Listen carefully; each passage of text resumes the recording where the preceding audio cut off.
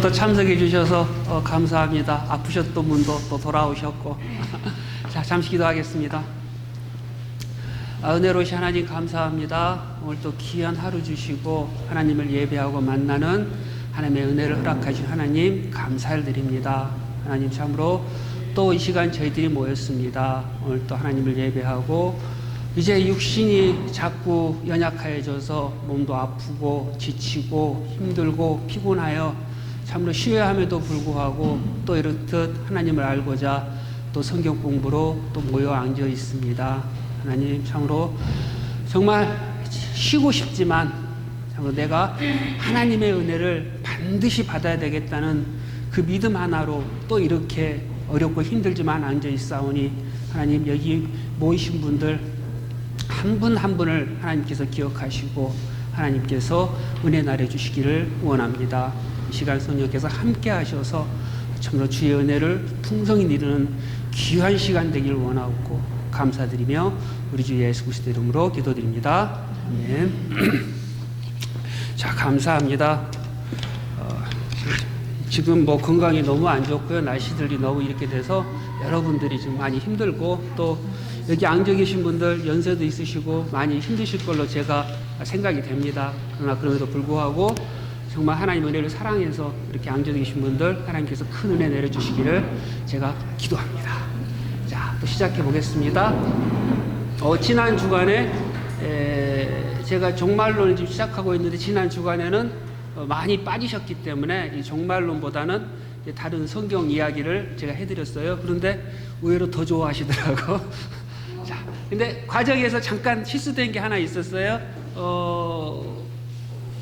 리브가의 유모 두보라가 베델 가는 길에 죽은 게 아니고 베델에서 죽었고요. 라헬이 이 베델에서 죽은 게 아니고 베델에서 나와서 베들레헴, 헤브론을 가는 길에 그 중간에 베들레헴에서 죽었어요. 이게 약간 착오가 있어서 제가 정정해 드리겠습니다. 급히 하다 보니까 착오가 있었어요. 자, 종말론 다시 시작하겠습니다. 처음에 우리가 네 가지 시나리오가 있다고 했습니다. 종말에는 네 가지 시나리오가 있는데 첫 번째 전천연설.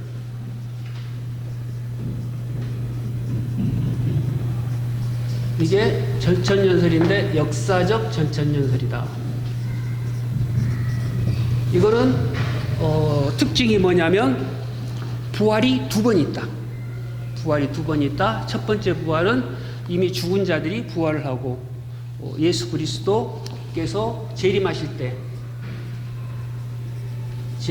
때 죽은 자들이 부활을 하고 천년 동안 예수님과 함께 이 땅을 다스리다가 이 천년 끝 무렵에 이 모든 악인들까지 이제 부활을 해서 두 번의 부활이 있다. 그리고 부활하게 되면 이제 대심판이 있다.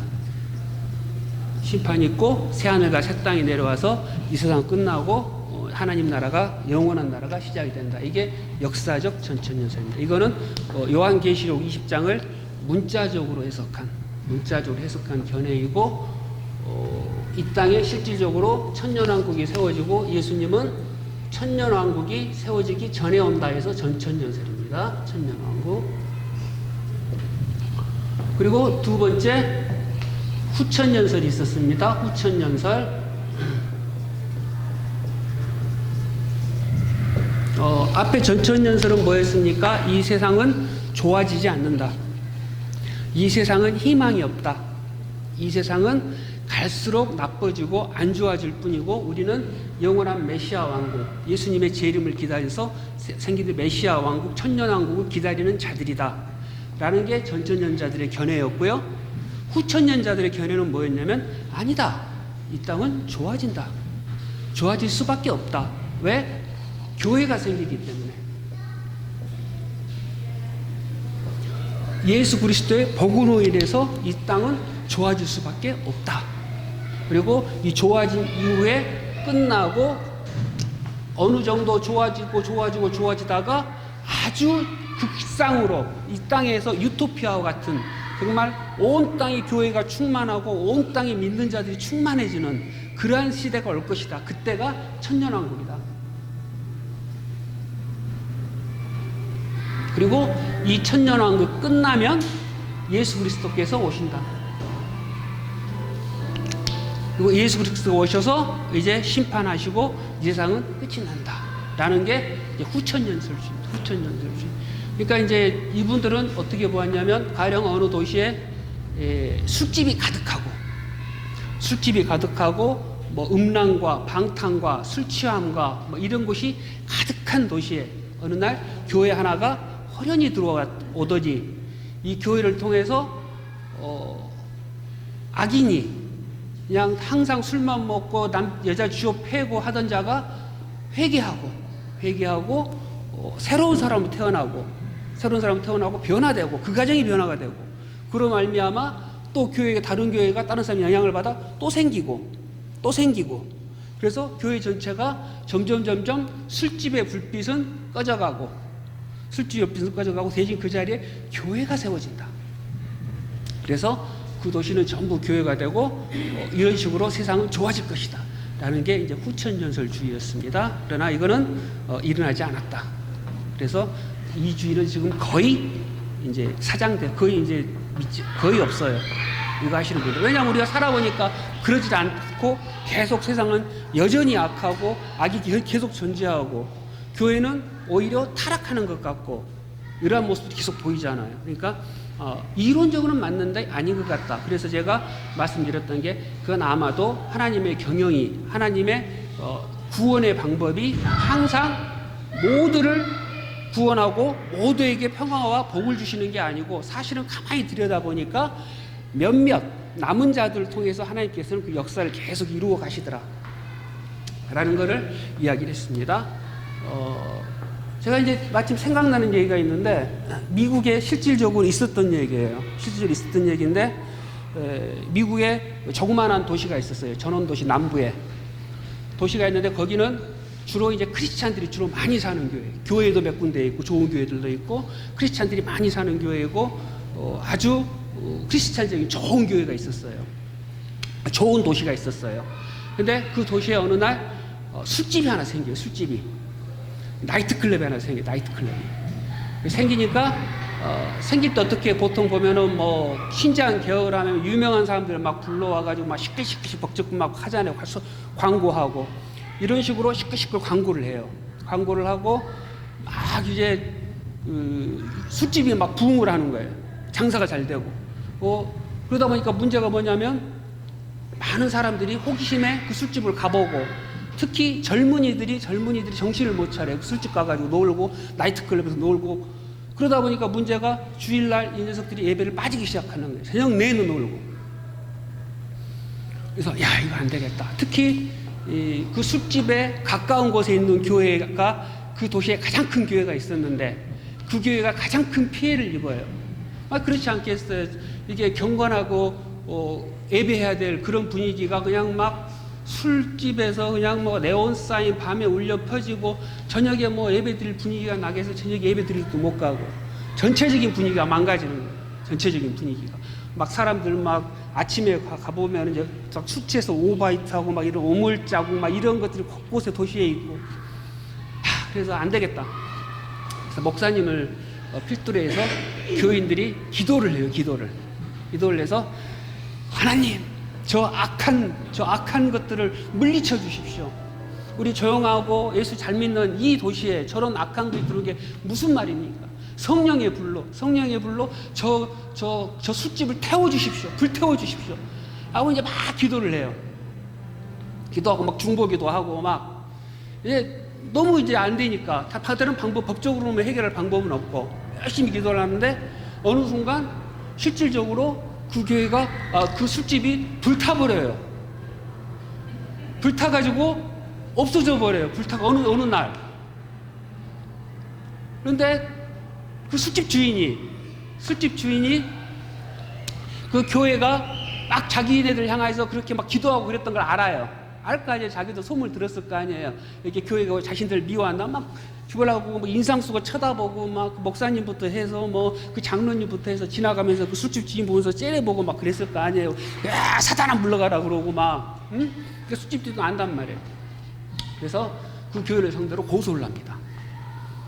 고소를. 뭐라고 고소를 하냐? 교회가 기도를 해서 우리가 술집이 불이 탔다 라고 고소를 해요. 실제로 뜻도 사건이래요. 그러니까 교회에서는 이제 변호사를 사야 될 거 아니에요. 변호사를 사가지고 이제 변호를 하는데, 아니다, 기도한다고 해서 그런 일이 일어나지 않는다.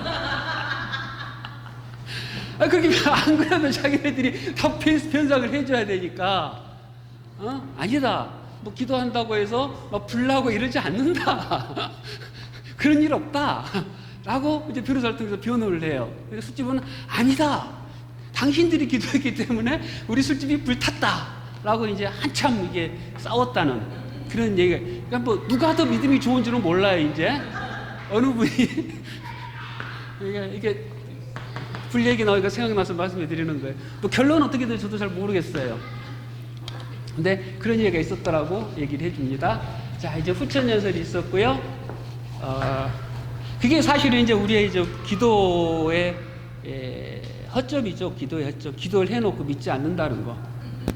그거 어디에 그게 극명하게 나타나오죠? 사도행전을 보면 나타나요. 사도행전을 보면 베드로가 옥에 갇혀요. 베드로가 2번 옥에 갇히는데 아그리빠 1세가 거기를 죽이고 야고보를 제일 먼저 순교를 하죠. 야고보를 죽이고 또 그 역사적 배경을 가자면 시간이 너무 많이 걸리니까 그 생략을 하고 말씀만 드릴게요. 베드로를 감옥에 가두죠. 가두고 곧 죽이겠다. 얘도 죽이겠다. 얘네 유대인들 환심을 사기 위해서. 그러는데 남아있는 교인들은 그때 막 어마어마한 탄압을 받아요. 유대인들한테 탄압을 받지, 유대인들의 어떤 환심을 사기 위한 아그리빠 왕에 대한 탄압을 받지. 그래서 막 보이는 족족 잡아 가두고 죽이고 막 이런 상황이었다고. 그러니까는 다락방에 모여서, 마가의 다락방에 모여서 막 할 수 있는 건 아무것도 없으니까 간절히 기도를 한다고. 무슨 기도를 이렇게 해서 기도하면, 베드로를 구원해 주십시오. 베드로를 구원해 주십시오. 우리를 이 악한 데서 살려주십시오. 이 고통 가운데 우리를 살리십시오. 열심히 기도를 한다고. 열심히 기도를 하니까 베드로가 어떻게 됩니까? 천사들의 손에 의해서 풀려나 버려요. 그쵸? 풀려나 가지고 이제 그 성도들이 모여 있는 곳을 아니까 이 교회지. 아주 문을 똥똥똥똥 두드려요. 누구세요? 그러니까 나야. 누군데요? 나라니까. 나가 누구예요? 베드로야, 베드로. 그러니까 이제 여종이 급히 나와요. 급히 나오면서 베드로는 감옥에 있는데 나는 누구야? 이렇게 하는 거야. 나 나왔다니까. 에이, 무슨 소리예요? 안 믿어요. 믿지 않아요.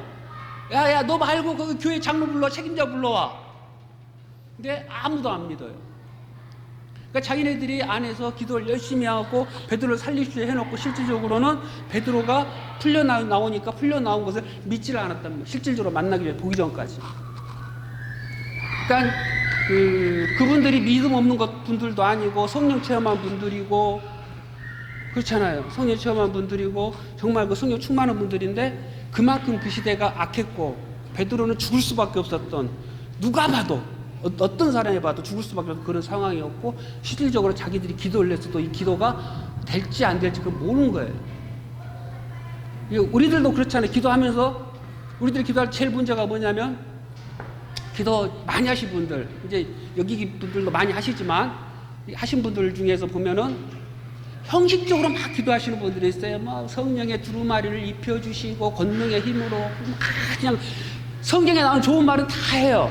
근데 그분들이 실질적으로 자기가 마음으로 믿고 그냥 간절한 마음으로 하기보다도 그냥 뭐 수술수술 나오는 거예요. 그냥 외우는 식으로 수술수술 그냥 의례적으로 그런 기도 하시는 분들만, 그런 기도 하시는 분들이 조심해야 돼요. 그런 부류예요.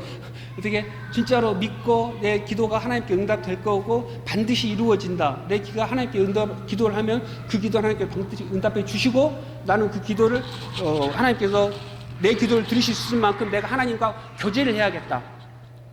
왜냐하면 하나님 뭘 원하신지를 내가 알아야 그걸 내가 기도를 했을 때 하나님께 들어주시니까 교제를 해야겠다. 그런 마음으로 기도하고 가면 좋은데 그게 아니고 그냥 뭐 기도를 형식적으로 이렇게 하는 분들은 사실 믿지 않고 기도하는 경우가 많죠. 그걸 조심해야 돼요. 갑자기 또 자꾸 빠졌는데. 자, 후천연설 다음에는 뭐가 있냐면 무천연설이 있어요. 무천연설.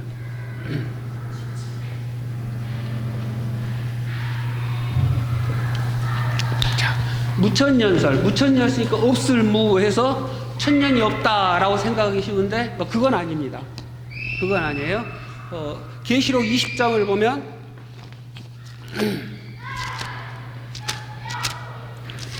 20장을 보면 천년 동안 결박하고 천년왕국이라는 말이 나오는데 계시록 20장을 무시하고 천년왕국 없어 이 말이 아닙니다. 이 말은 아니고 천년왕국은 있는데 이 천년왕국이 지금 이분들은 예수 그리스도께서 실질적으로 이 땅에 내려오셔서 천년왕국을 세우시고 같이 이 천년왕국에서 왕노릇 할 것이다. 성도들과 같이 라는 견해예요. 근데 이분들은 뭐냐면 예수님이 내려오시지는 않는다는 거예요. 그래서 무천연설이에요. 그러니까 천년왕국은 있는데 예수님은 하늘에서 지상에서 하늘에서만 통치하시고 이 땅에 내려오시지는 않는다. 그리고 천년왕국의 기한이 정말 천년이 아니고 예수 그리스도께서 이 땅에 내려오셨잖아요. 예수 그리스도께서 이 땅에 내려오셨단 말이에요. 초림 처음 오신 거 이때부터가 천년 하나님 나라가 시작이 된 거다. 그리고 이게 언제까지 이루어지느냐? 예수 그리스도 올라가시고 다시 내려오실 때까지, 재림 때까지. 이 기간이 천년왕국이다.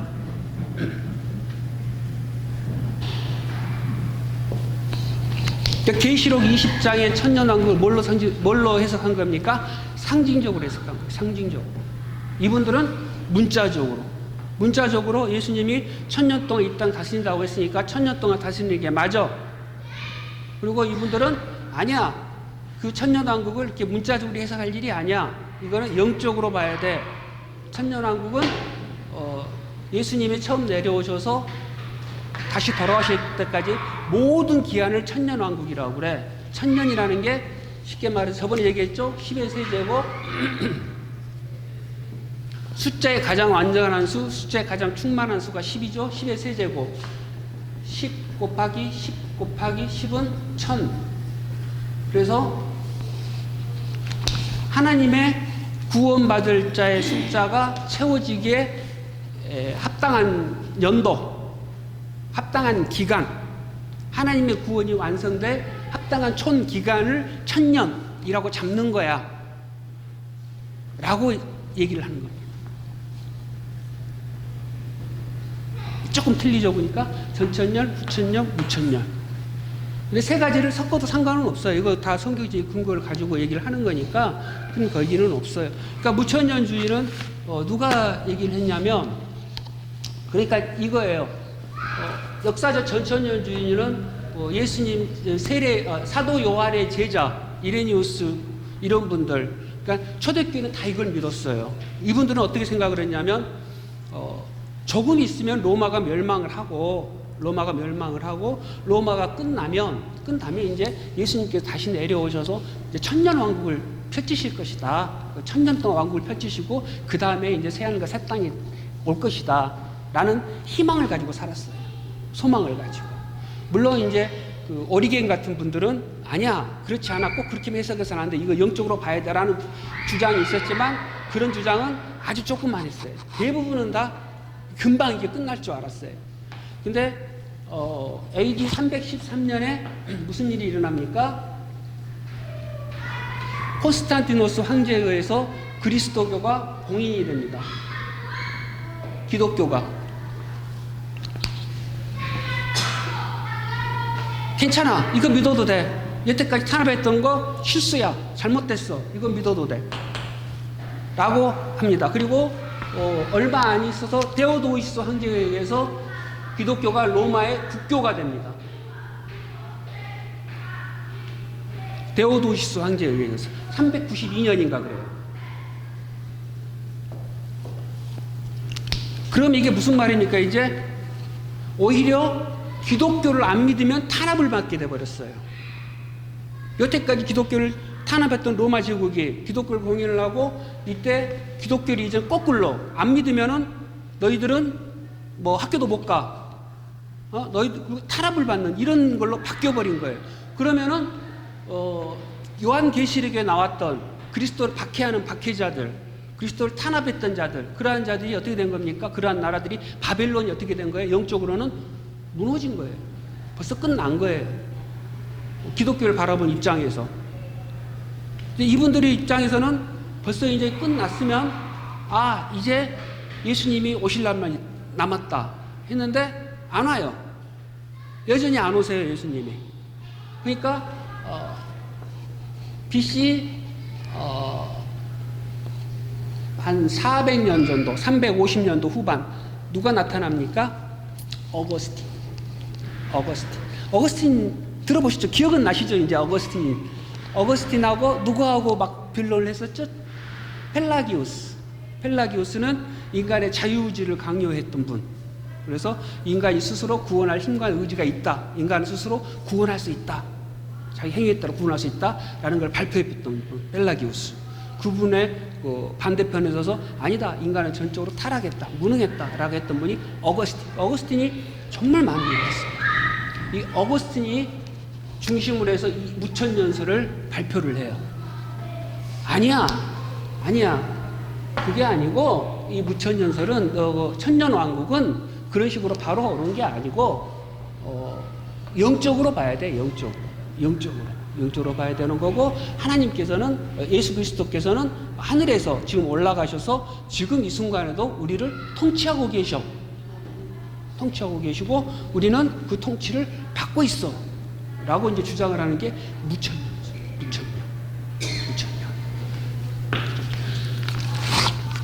그러니까 다 비슷비슷해요. 비슷비슷하는데 우리는 지금 어디에 좀 가깝습니까? 전천년설이요? 전천년설? 집사님, 권사님, 무천년설? 다 이제 상관없어요. 어떤 걸 믿든 어떤 게 나한테도 마음에 오든. 총신대학교 조직신학을 가르치는 이상훈 교수님이라는 분이 계세요. 근데 이제 그분 같은 경우는 무천년주의인데, 학생이 무천년이 아닌 역사의 전천년을 가지고 논문을 써 온다고 해서 자기가 커트를 주거나 점수 안 주진 않는데, 충분한 글을 가지고 오면 인정해주고 점수를 잘 준대요. 그리고 자기가 무천년이라고 해서 무천년을 가지고 왔는데 얘기하는 논리는 엉망이다. 그럼 점수 안 준대요. 그러니까 상관없이 다 준대요, 자기는. 여기 세 개는 다. 근데 나중에 나오는 거 있어요, 또 하나. 이거 가지고 오면 자기는 F 준대요. 그러니까 이거는 상관없어요, 저는 못 같아요, 저는. 나중에 얘기해 드릴게요. 자, 이런 식으로 무천년은 모두가 통치하는 기간입니다. 그거를 성경적으로 어떻게 되겠냐면, 누가복음 11장 20절을 보면, 누가복음 11장 20절을 보면 예수님이 뭐라고 얘기하십니까? 내가 만일 하나님의 손을 힘입어 귀신을 쫓아낸다면 하나님 나라가 이미 임하였느니라 라고 얘기해요. 그러니까 무천년주의자들은 이 하나님 나라가 천년왕국이다. 예수님 말씀하시지 않았느냐? 하나님 나라가 이미 임한다고. 그리고 성경을 보면 또 무슨 얘기가 나옵니까? 세례 요한이 옥에 갇혀 있어요. 옥에 갇혀 있다가 이제 예수님이 빨리 이제 뭔가를 하셔야 되는데, 액션을 취하셔야 되는데 아무것도 안 하고 그냥 맹하게 계시니까 자기는 그 죽을 날 다가오고 제자들을 보내죠. 제자들을 보내서 당신이 메시아가 맞으십니까? 당신 말고 또 우리는 또 기다려야 됩니까? 라는 이제 질문을 던져요. 거기에 대해서 이제 세례 요한이 예수님을 믿었다, 안 믿었다, 알았다, 몰랐다, 이건 뭐 여러 학설이 있으니까 이건 이제 덮어두고, 일단 그렇게 예수님이 무슨 얘기를 해 주시죠? 예수님이 김우거리가 보게 되고, 눈먼 장님이 보게 되고, 김우거리가 듣게 되고, 그쵸? 그리고 자유하게 되면은 그때 누가 온다고 그랬다? 메시아가 온다고 그랬다. 그게 나다. 그게 어디에 나오죠? 원래는 이사야서에 나오거든요. 이사야서에. 이사야 61장. 61장 1에서 2절. 한번 찾아볼게요.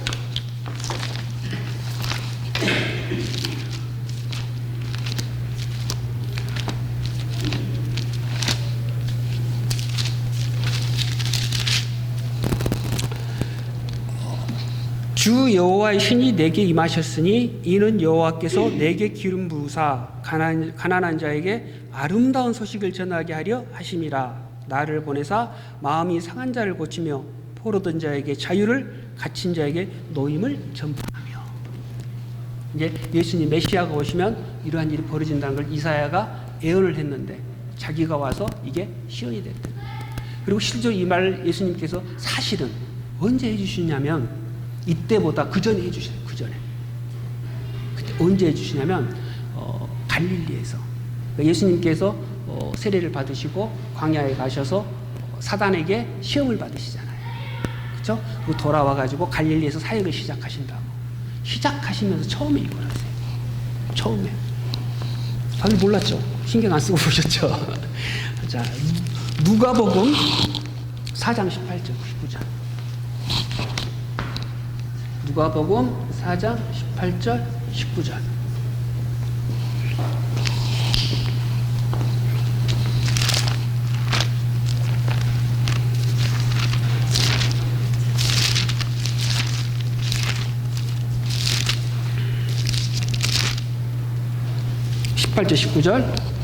주의 성령이 내게 임하셨으니 이는 가난한 자에게 복음을 전하게 하시려고 내게 기름을 부으시고 나를 보내사 포로된 자에게 자유를, 눈먼 자에게 다시 보게 함을 전파하게 하며 눌린 자를 자유케 하고 주의 은혜의 해를 전파하게 하려 하시니라. 그러니까 예수님께서 처음에 사역을 시작하실 때 이걸 선포하시면서 이 말씀을 풀어 해석을 해주시면서부터 사역을 시작하신 거예요. 그러니까 본인 스스로 메시아가 너희들이 구약에서 말했던, 이사야에서 말했던 메시아 왕국. 그러니까 이분들은 그 메시아 왕국이 언제 생긴다고 생각하고 있습니까? 이때. 천년왕국 때. 근데 이분들은 어떻게 생각합니까? 그 메시아 왕국이 예수님 오셨을 때. 그리고 사단이 무적에게 갇히잖아요. 그렇죠? 무적에게 천년 동안 갇힌다고 나옵니다. 계시록을 보면. 그러면 이분들은 언제 이게 천년 동안 갇히기 시작합니까? 이때. 예수 그리스도께서 재림하셔가지고 산자들이 부활하고 이때 사단은 천년 동안 이때 가둬요. 가둬서 마지막에 풀어주니까 얘네들이 막 날뛰고 이때 또 타락한 자들이 나와서 이들과 함께 예수님께 반란을 일으킨다고. 이때 예수님께서 이들을 물리치고 이게 곡과 마곡의 전쟁이라고 그래요. 곡과 마곡의 전쟁. 물리치고 새하늘과 새 땅을 여신다. 이게 이제 천년왕국이거든요. 전천년. 근데 이분들은 사단이 언제 묶입니까? 사단이 언제? 십자가. 이게 언제 누구한테 예언이 되어 있었죠? 언제 처음에 이 십자가가 예언이 되어 있었습니까? 사단이 묶이고 된다는 게? 창세기, 여러분들이 저번에 외우신 거 3장 15절 다 외우셨죠? 외우셨으니까 한번 해볼게요. 내가 너로 여자와 원수가 되게 하고, 그렇죠? 그럼 너의 후손도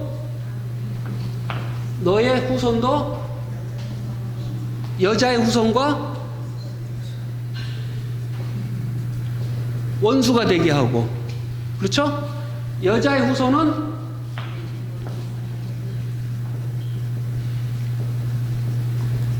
너의 머리를 상하게 할 것이고, 그렇죠? 너는 그의 발꿈치를 상하게 할 것이다. 성경 외우실 때 이해를 하고 외우시면 조금 더 나아요. 도움이 많이 돼요. 그리고 성경은 단락별로 항상 나눠져 있어요. 그냥 이렇게 쭉 이렇게 된 게 아니고 대부분 보면 이렇게 구절구절, 그리고 구절구절이 어떻게 되어 있냐면 대조 내지 대비, 이렇게 쌍벽을 이룰 수 있게 항상. 왜 그런 현상이 나타나냐면 원래 성경은 문자로 돼 있던 게 아니고 뭘로 돼 있었냐면은 말과 말로 전해졌던 거예요. 말과 말로. 시편부터 해서 뭐 창세기, 아브라함 얘기, 이게 다 이야기식으로.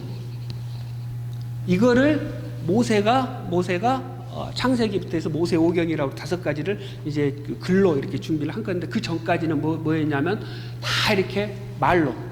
아브라함도 이삭한테 말로. 그래서 목사님 뭐 가정교회가 중요하다, 가정예배가 중요하다, 가정이 중요하다 했던 이유가 뭐냐면 그 전례를 따른 거예요. 그 전례는 뭐냐면 아버지가 그 집의 제사장이 되어서 그 집에 하나님의 말씀을 받고 이 말씀을 전달해 줄 의무가 있었던 거예요. 그리고 그거에 따라서 야곱과 같이 어떤 그 선지자적인 역할로 그 각 아들들에 대해서 축복과 저주를 해주는 이런 것까지 겸하고 있었던 거예요. 대제사장으로서. 그래서 아버지의 권위가 그만큼 강력했었고 아버지의 역할이 대단했던 거죠. 그러니까 주로 이제 아버지는 죽으라고 다 외워야 돼요. 자식들한테 전해줘야 되니까. 그 의무가 있었던 거예요. 그래서 말을 전해주는데 아무래도 전해줄 때 막 이렇게 하면은 너무 힘드니까 주로 이제 그 내용이 뭐냐면은 외우기 쉽게 하도록 그 대조하고 서로 이제 비교하고 이러한 논법으로 대부분 이렇게 연결이 돼 있어요. 성경에 올 때. 그러니까 그 참조하시고 성경의 내용을 이게 무슨 내용이라는 걸 잘 파악하시고 이걸 위주로 해서 이렇게 하면 좀 더 외우시는데 도움이 돼요. 도움이. 전혀 도움 안 된다는 비슷한 도움이 돼요. 아무튼. 그리고 성경은 보면 또 3단 논법이라고 있는데 가령 3가지가 나오면 3가지나 5가지가 나오면 그 가운데 게 대부분 제일 중요해요. 이 가운데를 위해서 양쪽으로 이제 설명해 주는 그런 역할들을 많이 해요. 가령 예를 들어보면 항상 기도하라, 항상 기뻐하라, 데살로니가전서 5장에 나오는 거, 쉬지 말고 기도하라, 범사에 감사하라. 그쵸? 근데 이 기뻐하고 감사할 수 있는 근거는 뭡니까? 기도하기 때문에. 하나님과의 기도가 있기 때문에 항상 기뻐할 수 있고 항상 감사할 수 있고 그 매개체. 그러니까 이 기도를 좀 더 강조해 주는 거죠. 이렇게 해서 A, X, A 다시 뭐 이제 이건데 이건 알 필요 없고 대부분 이런 식으로 3단 논법, 5단 논법 이런 식으로 이제 많이 이제 구성이 돼 있어요. 참고만 하시면 돼요. 참고만 하시면. 근데 대부분 성경은 이렇게 외울 때 이런 식으로 그러니까 내가 너로 여자와 원수가 되게 하고 너의 후손도 여자의 후손 원수가 되게 하고 그리고 또 그 바로 나오면 또 여자의 후손은 너의 발꿈치를 너의 머리를 상하게 할 것이고 너의 후손은 너는 여자의 후손의 머리를 상하게 할 것이다. 이게 언제 이루어지냐? 십자가를 얘기해요. 십자가. 그렇죠? 십자가 때 그 사건이 벌어진다고. 예수께서 죽음을 이기시고 승리하심으로 사단의 힘과 능력은 떨어진단 말이에요. 그래서 천천도 갇힌다고 했던 거를 전천년주의자들은 실질적으로 무적행에 사단이 천천도 갇힐 것이다 라고 얘기를 하고 무천년주의자는 뭐라고 얘기하냐면 아니다. 그때 예수님께서 머리를 확 밟아가지고 얘는 힘을 못 쓴다. 힘을 못 쓰고 능력을 발휘하지 못한다. 이게 우는 사자처럼 막 이렇게 부르짖고 다니지만 이빨 빠졌다. 힘 없다 걔. 이제 이렇게. 근데 원체 사단이 힘이 좋으니까 조금만 해도 이제 막 우리가 애작하니까 강해 보이는데 별로 강하지 않다. 이미 죽었다. 그거를 예수님께서 말씀을 해주신다. 언제 말씀을 해주십니까? 제자들을 이렇게 70명 제자들을 보내서 전도를 시켜요. 전도여행을 보내죠. 그리고 제자들 돌아와서 어떻게 합니까? 예수님, 우리가 나가서 막 예수님 이름으로 막 전하고 예수님 이름으로 막 했더니 귀신도 꼼짝을 못하고 항복을 하더이다. 예수님, 우리 끝내줍니다. 라고 얘기하니까 예수님께서 얘기를 하시죠. 웃으시면서 야, 내가 사단이 번개처럼 떨어지는 걸 봤다. 그게 어디에 나옵니까? 누가복음 10장 18절.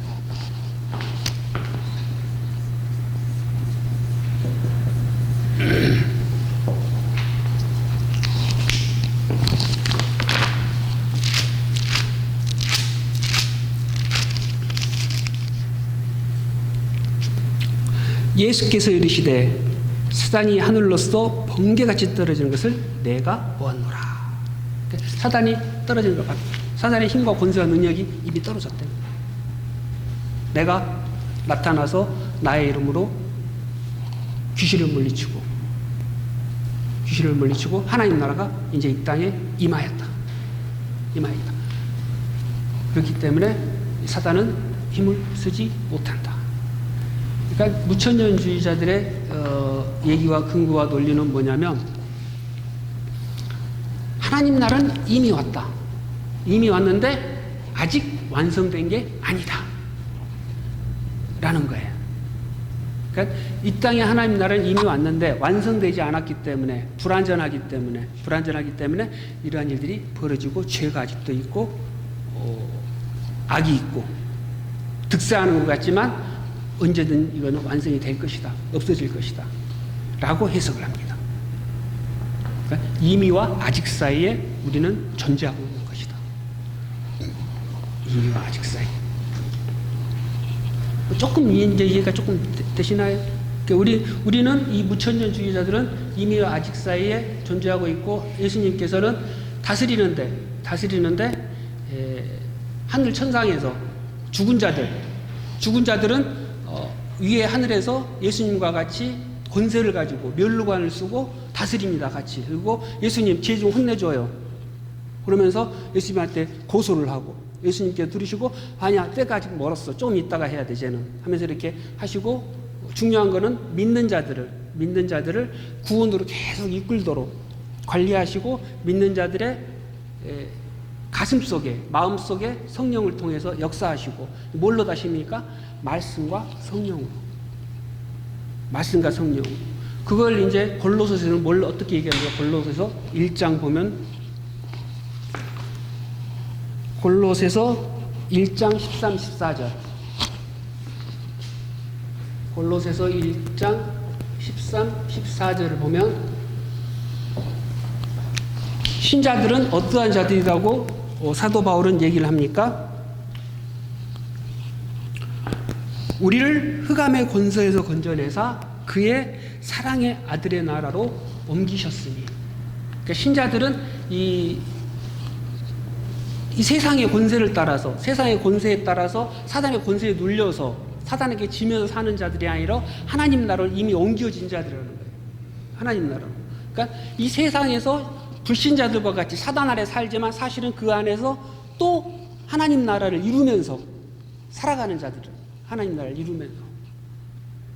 그래서 우리 신자들은 그래서 죄와 세상을 어떻게 한다? 이긴다. 싸워서 이긴다. 사단의 권세에 더 이상 영향을 받지 않는다. 옛날에 사단의 권세 아래 있을 때는 항상 죄해지고 세상해지고 모든 것에 지고 살았지만, 이제는 우리는 그런 자들이 아니고 하나님 나라로 옮겨진 자들이다. 그래서 우리는 예수 그리스도의 통치를 성령과 말씀으로 받고 인도함 받고 살아가게 된다. 그렇죠. 이걸 누가 주장합니까? 나중에 종교개혁 이후에 칼빈이 주장합니다. 그리고 이제 유명한 개혁주의자들 대부분이 무천년주의. 그러니까 제일 많은 게 전천년과 무천년. 근데 전천년이 좀 더 많습니다. 전천년이 좀 더 많고 무천년이 조금 더 작고. 그러나 어쨌든 전천년, 무천년이 같이 되고 있고, 또 이걸 또 어느 정도 혼합을 해도 큰 문제는 없어요. 큰 지장은 없고. 그러나 저는 무천년이다. 왜냐하면 이건 제 개인적인 의견입니다. 이 천년왕국에 누가 삽니까? 누가? 그러니까 부활하게 되면 어떻게 돼요? 완전한 몸을 이뤄요. 완전한 몸을. 그렇죠? 그때는 어떻게 됩니까? 시집도 안 가고 장가도 안 가요. 몸도 완전히 영화롭게 부활하고 영도 완전히 부활한단 말이에요. 근데 여기에 또 누가 삽니까? 또 나중에 나오면 이제 그 사람들이 살지만 회개한 유대인들,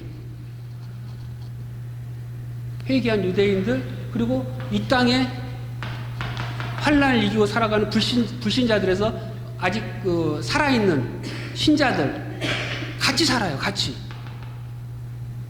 살고 이 천년왕국 동안에 이 사람들 어떻게 얘기하냐면 이사야서에 나오는데 연수가 100년은 어린아이고 1000년 동안 살 것이다라고 얘기를 해요. 1000년 동안 산다고 생각을 해요. 이상하지 않아요? 이 사람들은 뭐 합니까? 시집가고 장가가요. 결혼하고 애 낳고. 그리고 부활한 사람들은 결혼도 안 하고 애도 안 나고 신령한 몸이 돼서 예수님과 같이 여기로 슉 갔다 저기로 슉 갔다 그러고 밥은 먹어요. 밥은 같이 먹겠지만 난 이상할 것 같아요. 그리고 생각을 해보세요. 우리가 굳이 천년왕국 때 이 땅에서 살아야 될 이유가 있습니까? 이미 영화롭게 됐는데 굳이 이 땅에서 천년을 왜 살아야 되지? 난 그 이유를 모르겠어요. 그럼 이 사람들 입장에서는 손해보는 거거든요.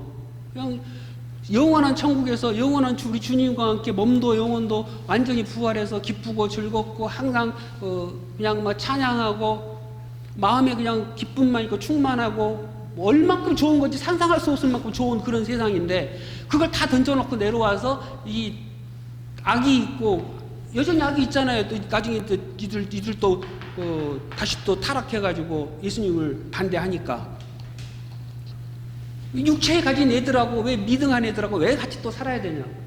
난 그게 이해가 안 돼. 그게 다른 걸 다 떠나서. 그러니까 이제 뭐라고 말은 못해. 그러니까 무천년주의자는 그걸 이제 안 믿어. 문자적으로 해석을 안 하고 그걸 이제 영적으로 해서 그 천년을 이 기간이다.